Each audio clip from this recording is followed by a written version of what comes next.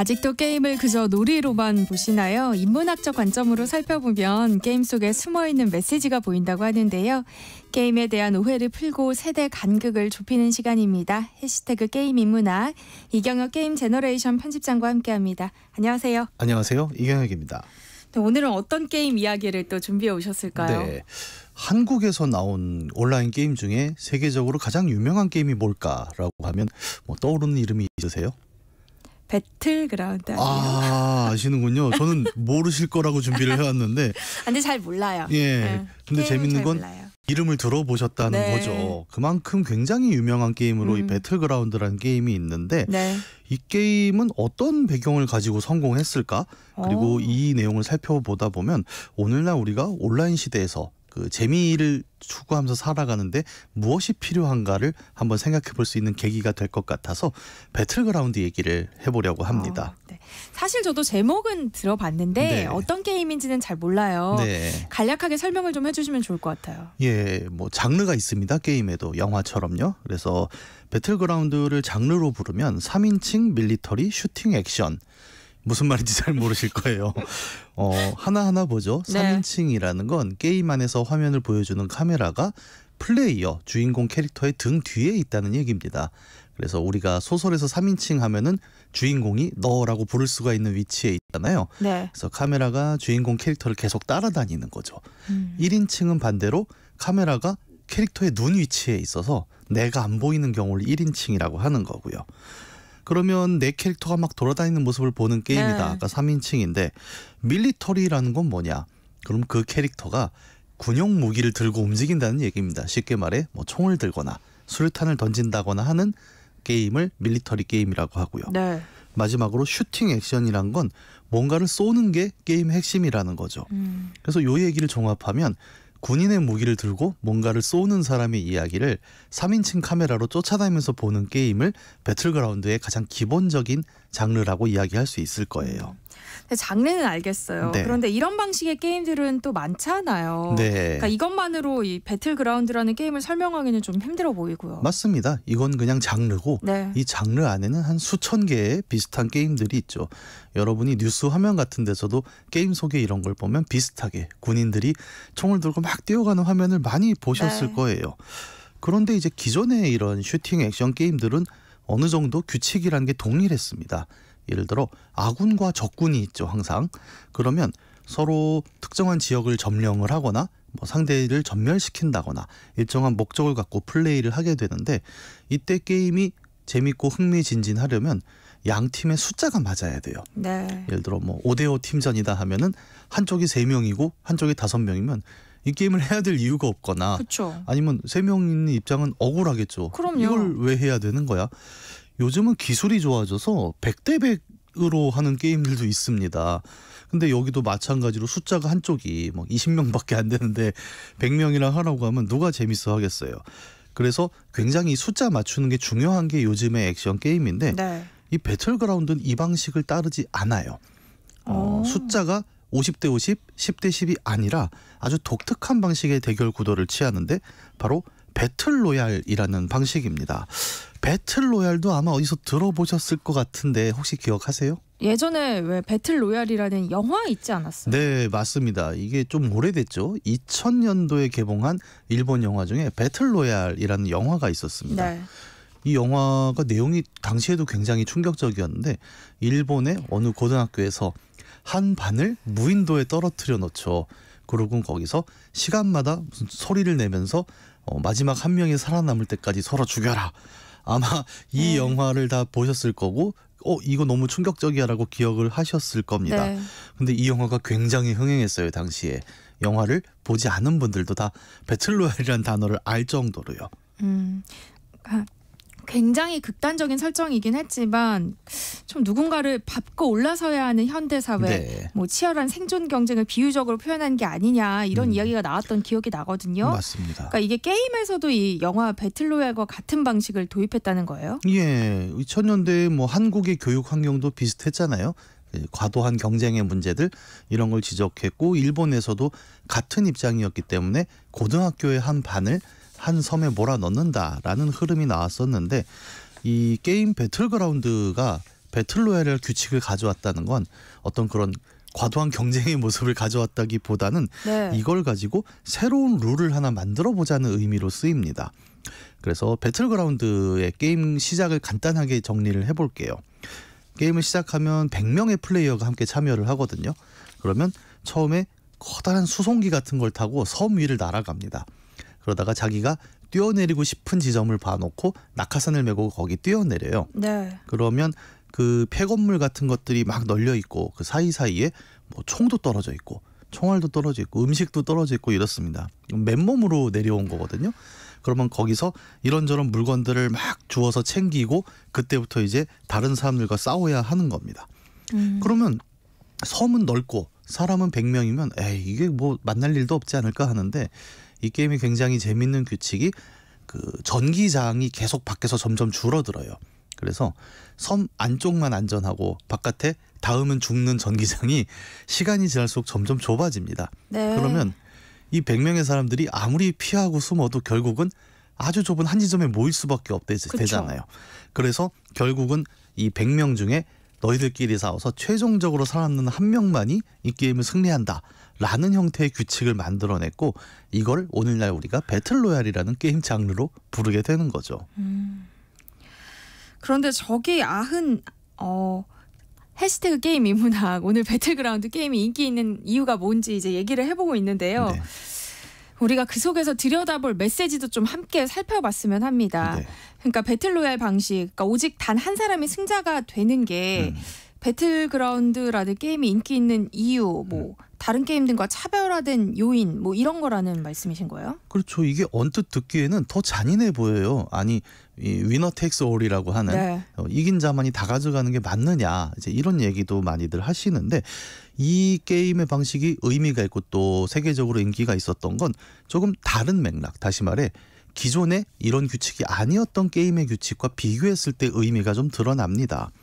예를 들어 앞서 말씀드린 대로 기존의 게임 규칙들은 아군과 적군이 숫자를 맞춰서 싸운다가 굉장히 중요했습니다. 네. 근데 배틀그라운드는 100명의 플레이어가 참가하지만 내가 혼자 플레이를 하면 아군이 한 명도 없죠. 아까의 개념으로 설명을 한다면 이건 1대 99의 상황인 거죠. 그러니까요. 근데 이것 때문에 배틀로얄 설정 속에서 게임은 긴장감을 굉장히 크게 가져갑니다. 실제 게임을 해보면 낙하산을 메고 섬에 떨어진다 그랬잖아요. 주변에 아무도 없어요. 그래서 고요합니다. 근데 이 고요하다는 건 뭐냐면 언제 적이 튀어나올지 모른다라는 독특한 긴장감인 거죠. 너무 떨릴 것 같아요. 네. 그래서 혹시라도 풀숲에서 뭐가 움직인다 하면 아군일 리가 없는 거예요. 그래서 매 순간 좀 긴장을 하게 되는데 배틀그라운드는 그래서 언뜻 보면 굉장히 평화로워 보여요. 근데 그 평화로움 속에서 갑자기 튀어나오는 긴장감 이런 것들이 나타나기 때문에 게임 안에서 긴장의 최저점과 최고점이 굉장히 큰 갭을 보이는 거예요. 그러면서 사람들로 하여금 야 이거 정말 재밌네 라는 느낌을 만들어내기도 하죠. 저는 못할 것 같아요. 너무 지금 듣기만 해도. 네. 아니 이렇게 팀 단위로 전투하는 게임보다 네. 훨씬 힘들 것 같아요. 이게 아까 1대 99라고 말씀을 드렸지만 이걸 어떻게 이기겠습니까? 근데 다행인 건 뭐냐면 이 99명이 전부 한 팀도 아니라는 거죠. 그러니까 네. 1대 99가 아니라 사실은 1대 1대 1대 1대 1인 거죠. 우리가 그런 얘기하죠. 만인에 대한 투쟁이다라는 얘기를 하는 것처럼 이 게임 안에 들어온 100명은 전부 서로 적이고 아군이 될 수가 없습니다.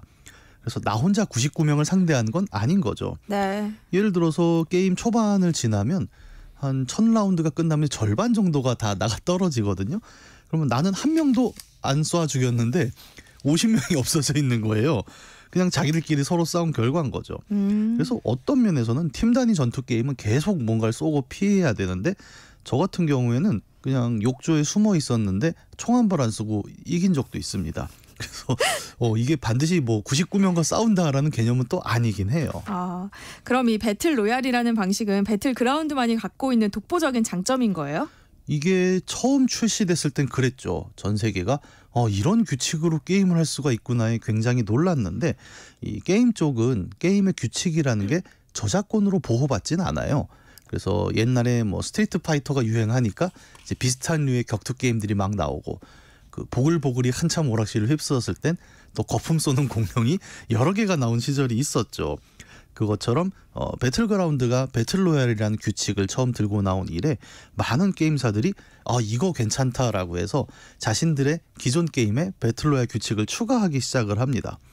이건 굉장히 쉬운 게 아까 말씀드린 대로 이미 총을 들고 싸우는 게임들은 있었거든요. 다 만들어진 게임인데 네. 그 규칙을 그럼 5대5 팀전이 아니라 배틀로얄로 바꾸면 되잖아 라고 해서 굉장히 많은 게임들이 배틀로얄 장르를 추가하기 시작을 한 거죠. 그래서 이제는 총을 쏘는 슈팅 액션 게임이다라고 하면 뭐 굉장히 종류가 많잖아요. 근데 네. 항상 밑에 보면은 오리지널 모드와 배틀로얄 모드가 함께 들어가는 형태가 되고 있습니다. 그런데 이제 배틀로얄도 그러면 거의 보편적인 장르가 됐다라고 얘기할 수 있을 것 같은데 여기 그 배틀로얄이 보편화된 배경에는 또 다른 맥락이 하나 더 자리하고 있어요. 또 다른 배경이 있어요? 네. 이게 뭐냐면 기존의 게임들이 어땠냐라는 점에서 나오는 문제인데요. 가급적 양쪽의 숫자를 맞추는 것이 기존 게임의 룰이었다라고 제가 말씀을 드렸죠. 네. 예를 들어 이 방식에서 가장 유명한 게임이 뭐가 있을까요? 리그 오브 레전드. 이른바 롤이라고 불리는 이 게임 얘기를 해보죠. 네. 롤은 기본적으로 5명이 한 팀을 이룹니다. 그리고 상대도 5명을 한 팀을 이루는, 그리고 이 5명이 마치 농구 같죠. 딱 숫자도 있고 포지션도 있어요. 그래서 서로 공격해서 상대방의 기지 본진을 파괴하면 이기는 게임입니다. 근데 이 게임의 문제는 반드시 5명을 맞추지 못하면 게임에 참가할 수가 없다는 점이에요. 이게 우리 어렸을 때 노는 거랑 굉장히 다른 게, 우리 어렸을 때도 뭐 팀 나눠서 하는, 예를 들어 뭐 영화로 유명한 오징어 게임 같은 경우 홀수면 한 명이 남죠.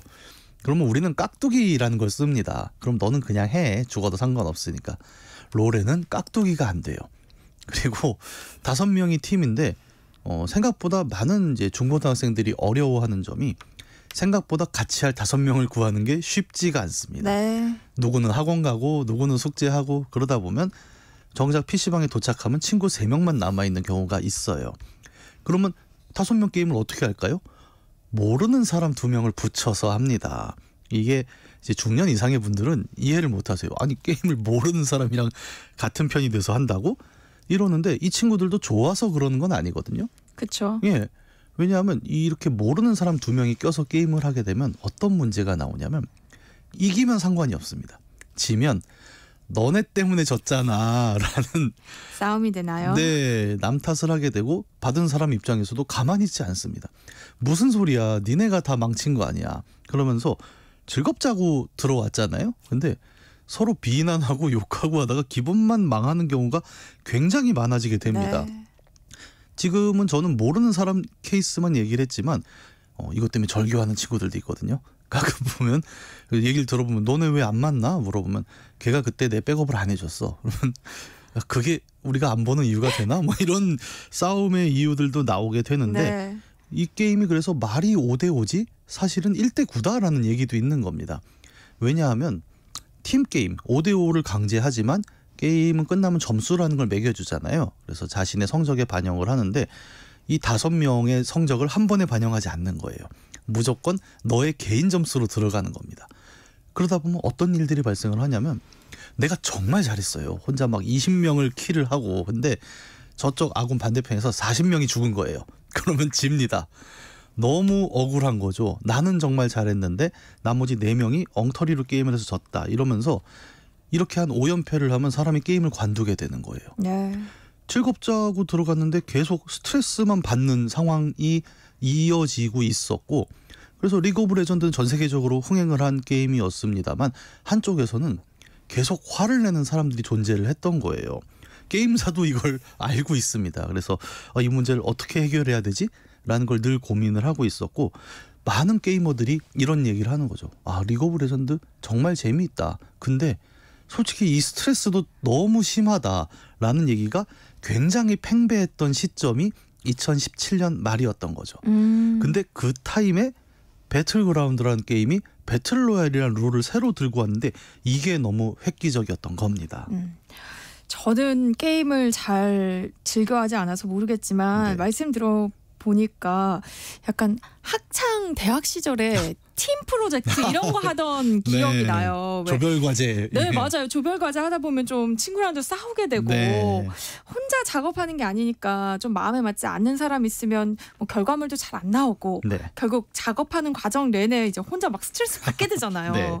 근데 이런 배틀 로얄 방식을 택하면 이런 스트레스에선 좀 자유로울 수 있을 것 같아요. 조금 더 구체적으로 얘기하자면 사실 스트레스가 없는 게임은 없을 거예요. 근데 배틀그라운드가 상대적으로 이런 스트레스로부터 자유로울 수 있었던 이유는 우리가 기대 승률이라는 게 변했다는 점을 좀 볼 수 있겠습니다. 기대 승률이라니까 굉장히 복잡해 보이지만 네. 되게 쉬운 얘기인 게 예를 들어 제가 리그 오브 레전드를 플레이한다라고 하면 그냥 단순한 수치로 나는 이 판에서 기대할 수 있는 승리 확률은 얼마일까? 라고 하면 정확히 50%입니다. 이기거나 지거나죠. 그리고 실력 차가 있지 않을까라고 사람들은 얘기를 하지만 네. 게임사가 이 실력 차를 최대한 줄이려고 해요. 왜냐하면 어떤 사람이 게임을 너무 잘해서 기대 승률이 70%가 나와요. 그러면 그 얘기는 다른 누군가는 10번 게임을 하면 7번 진다는 얘기가 됩니다. 짜증이 나는 거죠. 누군가는. 그 사람이 떠나갈 수도 있겠네요. 네. 게임에서. 근데 모든 사람의 기대 승률이 50%가 되면은 모두가 다음 판은 이기겠지라는 기대감을 갖고 들어오게 되는 거예요. 그래서 현대의 온라인 게임들은 모두를 붙잡기 위해서 반드시 비슷한 실력의 사람들을 매칭시켜 주려고 해요. 예를 들어 뭐 페이커 이상혁 선수랑 제가 계속 10번을 매칭이 된다. 그러면 저는 이 게임을 하기가 싫은 거죠. 그래서 게임사들이 매출을 유지하고 고객을 유지하는 굉장히 중요한 요인이 비슷한 상대를 매칭해 줘야 한다는 이 부분입니다. 이 50대 50을 맞춰야 되는 건데 문제는 기대 승률만 50대 50이라는 거잖아요. 그럼 누군가는 그 안에서 7연패를 하기도 하고 3연승을 하기도 하고 이런 경우들은 계속 나올 수 있게 됩니다. 50%는 황금 비율이지만 그것은 이론적인 황금 비율이고 네. 실제 게임에 들어가면 조금 달라지게 되기 때문에 사람들이 짜증을 내버리는 거죠. 그럼 배틀 로얄의 기대 승률은 달라요? 이게 오늘의 포인트인데 아까 제가 간단하게 규칙을 설명드렸잖아요. 100명이 뛰어내려서 마지막에 살아남은 단 한 명만이 이 게임의 승리자가 됩니다. 그러면 이 게임의 기대 승률은 얼마일까요? 1% 아니에요? 1%죠.